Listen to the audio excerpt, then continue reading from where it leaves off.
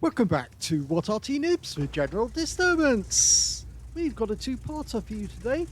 First one is a Tier 9 American SPG, the M53 M55, located on the north spawn of Murovanka and under the command of DJJamesBound. And he's been busy at the Tier 9 level. In fact, actually, it's a very good level to earn credits.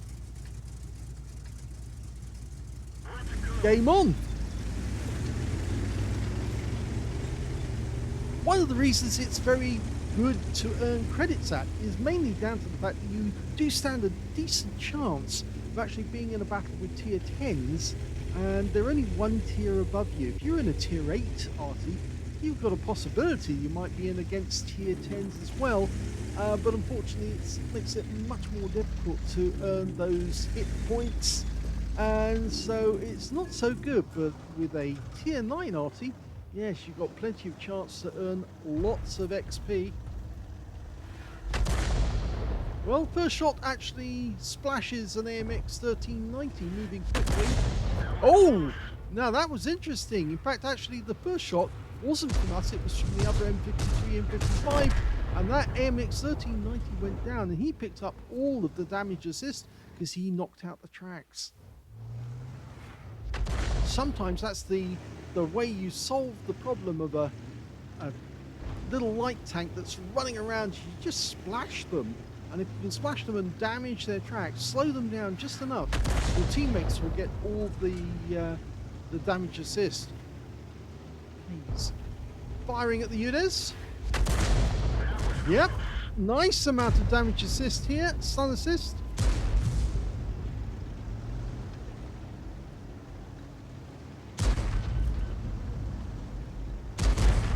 And that unit, yeah, he stayed there too long. He should have got out. Didn't have enough support from his teammates. In fact, there was only a Rhino Sorrente, and it now looks as if he's going to go down because he's being mobbed. 4 tanks are going after him. He's just got struck by the M53, M55. DJ fires in, and oh yes, that was tagged him. Stuns him, so he gets the stun assist. And of course the other Arty will pick up a bit of stun assist as well. But now he's going to get reamed in the rear because that T100 just turns up and blasts him in the rear. 697 stun assist there. Of course the Rhino Sorrente is an auto reloader. And he does kill our Chieftain P, but not before he then gets wiped out by the M48 pattern. Okay. We're loaded, ready to go, and the Super Conqueror is the next target. Rounds out. Lands just behind him. You can see that the shot went a little long. It's past the aim point. But he still managed to get the guy tracked. Unfortunately, nobody shot at him. And a quick look there to the south, because there are 2 enemy tanks way down the south. It appears our guys aren't coming out of the Magic Forest because there appears to be a T110E5 down there. Okay, that's the other M53 firing in this position. So instead we're going to go for the Super Conk and change our mind. Can't get a shot on the guy behind the house because the roof is protecting him. We're going for the E5. There's an E4 there as well. Changes and switches to the E4 and loses sight of both of them. But he will get sight back on them because they are approaching the forest. And it looks like our guys are leaving the forest by the north end. So they've realised they can't push south without getting hit by that E4 and the E5. So they've decided the better thing to do is actually to retreat and come at it from a different direction. The E4 has now appeared in the Magic Forest, but he's still going after this Super Conk. Rounds out. Direct hit. Yep, he got the rear of the vehicle for 379. We're 1 up on the enemy. There's that E4 pushing ahead regardless. We can't see where the E5 is, but probably he's not too far away. Oh, we just got some stun assist off the Super Conk as well.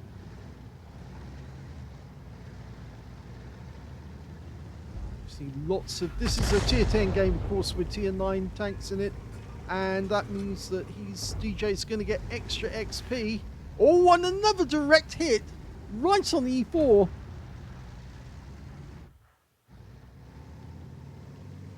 Okay, on the other side of the battlefield, we've got a Type 4 Heavy. So that's tier 9. Over on the Magic Forest, he's switching again. Does mean you have to fully dial in again each time you do it. 900 alpha from these shells, capable of 52 millimeters of pen and 10.5 meters on the burst radius. Rounds out. Direct hit!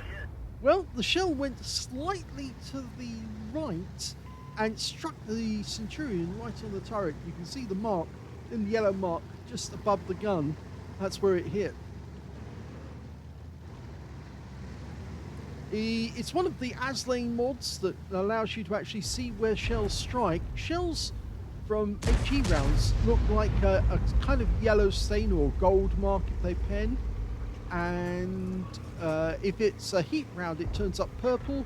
If it's a standard AP, it turns up red. Some people don't use any markers or any colours to distinguish between the rounds, and you can just see a plain hole. But I think it's actually important to know which round did which on a vehicle. So on the whole, I tend to use the mod to make it easier for me to identify exactly where I hit the enemy tank. Unless, of course, you've got Eagle Eye, which would actually tell you what damage the enemy tank's carrying. If you hit a tank in the turret and it says critical hit, obviously you're probably knocked out a crew member. And if it hasn't knocked out a crew member, it might have knocked out something else, like an Amarak. Another direct hit. You can see on the rear of the T110E5, there's a mark almost up to the bustle. Well, it is at the bustle, actually. And that one tracked him. And some more stun assist. He's a one shot. He goes down. They're one up on the enemy still, but there's only 6 enemy tanks left. Or 4 tanks and 2 Arty. Rounds out the E4. Direct hit right into his side for 395. He's tracked. And despite the fact that he fires his gun, he takes a hit for 756. And we pick up the stun assist. Look at those figures at the moment. DJ is doing incredibly well. 2,200 actual damage. Plus remember, he's had some blind hits. And 3,459 as well. So he's having a really good game. That's the Type 4 going down. And that means now there's only 4 left on the enemy team. Now you can see there are Wizzy 111 1G FT, a Centurion Action 10, and 2 M53 M55s, exactly the same as on our team. The Centurion Action 10's gone down. That means it's only a Wizzy 111 1G FT. There's a fairly good chance he's in the forest along, or tree line along the bottom of the map and trying to protect the cap area, and he's fallen back in the hopes that he can stop our team from getting near the cap. Yes, I think there's a good chance he might be in the woods near the farmhouse in grid square J3. That's where, oh, he's looking J2 instead. Well, that's just as valid. Very, very likely, because those are the areas that you should be going to if you're trying to stop enemy tanks from going to the cap. Gives you a clear view of the cap and enables you to move about. And he's actually in K2. Rounds out. If this stuns him, that will help. It does, but he gets rid of his stun. He obviously has the mod, which enables him to cure his stun straight away, but he can't cure the other stun because, of course, he's used his med kit, and now, of course, he's vulnerable. And that's one of the enemy RTs down. There's still one more. He must be a little further over.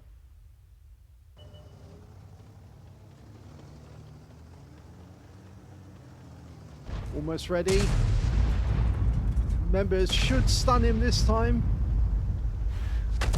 It does. And he can't get rid of the stun. He takes a ram from the Bosch.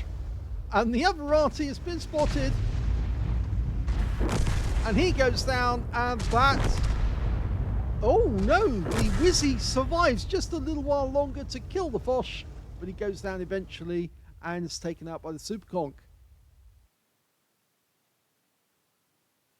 Here's the end of battle results, and that really helped that it was a tier 10 game because it's the first ace tanker for DJJamesBound in the M53, M55. Yes, you can tell it's his first ace because he got scrolls underneath. You only get that the first time, and he's got it on this occasion. He also got a Bruiser medal for getting at least 5 critical hits. In fact, he got 9. And he got a Confederate as well for hitting more of the enemy than anyone else in his team. At least 6 tanks subsequently taken down by other teammates. And he didn't kill a single tank on the enemy team, which meant, of course, that he spread his Arty love all over the enemy team and enabled his teammates to get easy kills. His win rate from that one was 2,365, which is very good indeed. Let's have a look at team score. Well, we can see he's actually third on his team, but not third overall. The highest damage in the game actually went to that Wizzy 111 1GFT, who actually got 7,021 hit points on a high caliber. Second highest damage went to the T95 FE4201 Chieftain on his team, with 4,979 hit points. And the third highest damage went to the Progetto 66 with 3,345. Well, DJJamesBound actually came in 4th place on damage because he beat the Type 4 Heavy on the enemy team. He got 2,733 hit points of damage. And when it came to kills, of course, he's way down the table because he didn't get any kills at all. Top scorer was the Udas 1516 on his team, who picked up a Pascucci's medal and killed 3 enemy tanks. 2 kills went to the Progetto 66, Superconk, and the M48 Patton. And on the enemy team, 3 tanks, the Wizzy 111G, the Type 4 Heavy, and the 121B all killed 2. When it came to base XP, though, it was DJJamesBound. Yes, he hit so many of the enemy and gave his teammates such a chance, a big chance, to actually stun them or hit them whilst they were stunned. He picked up 1,149 base from that game, the only player to get over 1,000. 971 went to the Progetto 66, and 915 went to the other M53, M55 on his team. He fired 13 rounds, a good number of rounds, 5 direct hits on the enemy, no penetrations, but he did get 12 splash. Damage of 2,733 hit points, all of it at more than 300 meters. Damaged 8 of the enemy, didn't get any kills, but he did get 1,669 of damage assist and 3,846 hit points of stun assist off 12 stuns, and that's where the ace tanker lied. 72,000, well, go to the bottom results actually, because people like me to abbreviate it. 28,175 credits profit for that game, and he also got 8,619 XP because he completed a mission. So a very, very good game, and of course a first ace tanker. Congratulations. Let's have a look at the second replay. In the second replay, we can see that DJJamesBound is now in the 212A, the Tier 9 Soviet SPG. Game on. Well, these two Artys between them are probably the best ones if you want to earn credits. At least I think so. One of the reasons why, of course, is that they can both carry vents, which means you can increase the rate of fire using the vents. And of course, they have a very powerful howitzer capable of 900 alpha and penetrating, well, I think it says here 52 millimeters of armor, 10.4 meters burst radius. Game on. Looks at that batch at 25 ton, decides not to fire because he is moving rather quickly through the valley. Waiting to see if there's a better target to aim at. Now, if he fires now, he'll probably hit the pinnacle of that hill. Got a Foch 155 a little further down, just the other side of the hill. And he might be able to hit that guy, but he'll have to adjust his aim. Rounds out. Direct hit! Lovely shot. 435 hit points from his first one. That's certainly going to upset the Foch, who's trying to defend against the Kampfpanzer Fulmsieg. And he's just taking some damage from that Fulmsieg. Okay. Still looking around. Over by the northwest corner of the map, we can see there's an Object 260, the reward tank. It's the Tier 10 Soviet Heavy. Grabs out. Lands short. Didn't look as if it was fully dialed in by the moment he fired. A lion's taken his place now. He's landed in another game with tier 10 tanks and tier 9 as well in it, which means that obviously he gets another chance to do the maximum amount of damage and get another ace tanker if he can keep pumping those shells out. Now, the T128 does have a large number of shells. Rounds out. So he's splashed the mouse, stunned him. Oh, our STB's in a lot of danger now because it's an object 430. It's supposed to 60 TP, but we do have somebody on that corner. In fact, it's if I take out the minimap, you can see it's a chieftain who's blasting away at the enemy tanks there. He's doing the best he can. We're looking to put a round into the 260. Rounds out. Oh, it hit the wreck and it looks like it took out the 260. But in fact, actually, I think it splashed the 260. So he did get the kill, even though the shell didn't hit the target. It actually hit the wreck. And it looks like it exploded on the wreck. And then the 260 got wiped out. Either that or it may have been that the shell actually bounced off the wreck into the 260 and took him out that way. He still got a kill out of it. So his first kill of the game. Got a Leopard 1 just the other side of that little hill in the center. DJJamesBound does like to get close to the target on his view. He is very, very close, which makes it difficult for you to see the bigger picture. I'm not even sure even... Yes, you can actually see the bigger picture if I pull back out. But I had to use the free camera to do so. He splashed that leopard while he was on the move.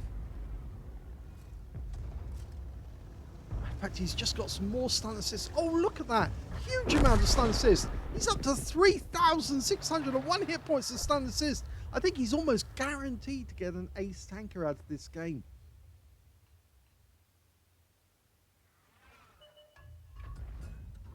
Okay, we'll bring up the mini-map again because I forgot to put it back on. Okay, we've got a Ho-Wreath 1. Now that's, I think that's, isn't that the tier 10? No, it's a tier 9. That's the tier 10. That's Heshbarn, or as other people call it, something else. Took a while for the shell to reach it. You know, I don't like calling that thing the other word. There are children in the game, but it's not really relevant actually. The fact is that this vehicle was, or the Heshbarn was designed to fire Hesh. That's it, was his preferred ammunition. Okay, he's going to go for the TL7. Almost loaded. Rounds out. Long flight time. Gave the TL7 a chance to get away a little. But we're 5 up on the enemy now.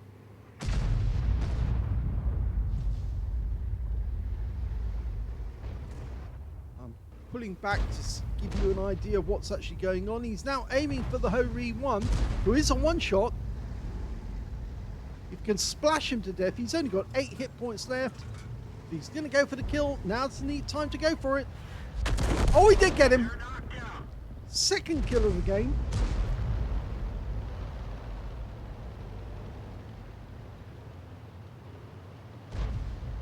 TL7.